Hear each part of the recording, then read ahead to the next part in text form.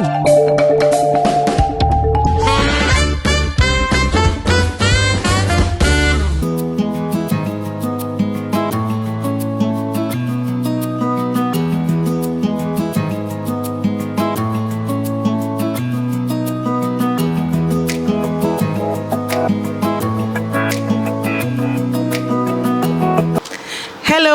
എല്ലാ കൂട്ടുകാർക്കും നമസ്കാരം. ഇന്നത്തെ റെസിപ്പി പച്ച ചീര വെച്ച് ചെറുപയർ ചേർത്തുണ്ടാക്കുന്നൊരു തോരൻ്റെ റെസിപ്പിയാണ്. അതിനായിട്ട് ഞാനൊരു ഉരുളി വെച്ചിട്ടുണ്ട്. ഇതിലേക്ക് കുറച്ച് വെളിച്ചെണ്ണ ഒഴിച്ചു.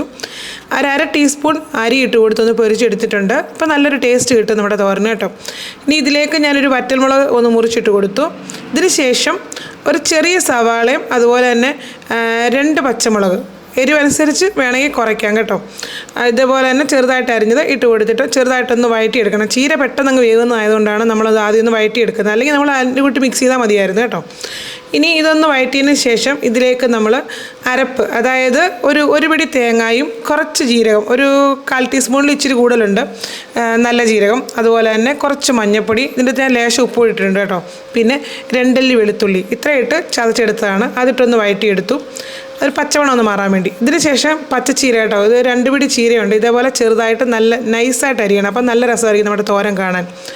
ഇനി ഇതിട്ടതിന് ശേഷം നല്ലതായിട്ടൊന്ന് ഇളക്കി കൊടുക്കണം. തീ കൂട്ടി വെക്കരുത്, ഒരു ചെറിയ തീ ആകാവും കേട്ടോ. കാരണം ഇതൊന്ന് ആവി കൊണ്ടാൽ മതി ഈ ചീരയൊക്കെ കേട്ടോ. ഒരുപാട് വേവിക്കരുത്, വെള്ളമൊന്നും ഒഴിക്കരുത്. ഇനി നമ്മളിതെല്ലാം ഒന്ന് കൂട്ടി നടുക്കോട്ട് തല്ലിപ്പൊത്തി വെച്ചിട്ട് നമ്മൾ അടച്ചു വെക്കുക. അടച്ചു വെച്ച് ഒന്ന് ആവി കൊണ്ടതിന് ശേഷം നമുക്ക് അടപ്പ് മാറ്റി നമുക്കിതിലേക്ക് ചെറുപയർ ചേർത്ത് കൊടുക്കണം.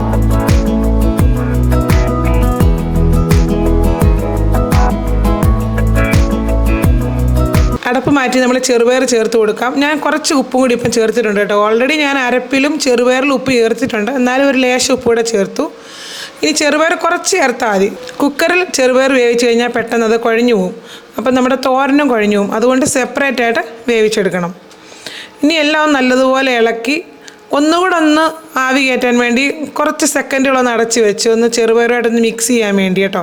എന്നിട്ട് അടപ്പ് മാറ്റി എല്ലാം ഒന്ന് ചിക്കി തോർത്തി എടുത്തു, ഓഫാക്കി. ഇത്രയേ ഉള്ളൂ, നമ്മുടെ തോരൻ റെഡിയാണ്. നിങ്ങൾ തയ്യാറാക്കി നോക്കണം. ചോറിൻ്റെ കൂടെ നല്ല ടേസ്റ്റുള്ളൊരു തോരനാണ് കേട്ടോ. അപ്പം വീണ്ടും അടുത്ത വീഡിയോയിൽ കാണുന്നവരെ എല്ലാ കൂട്ടുകാർക്കും താങ്ക് യു.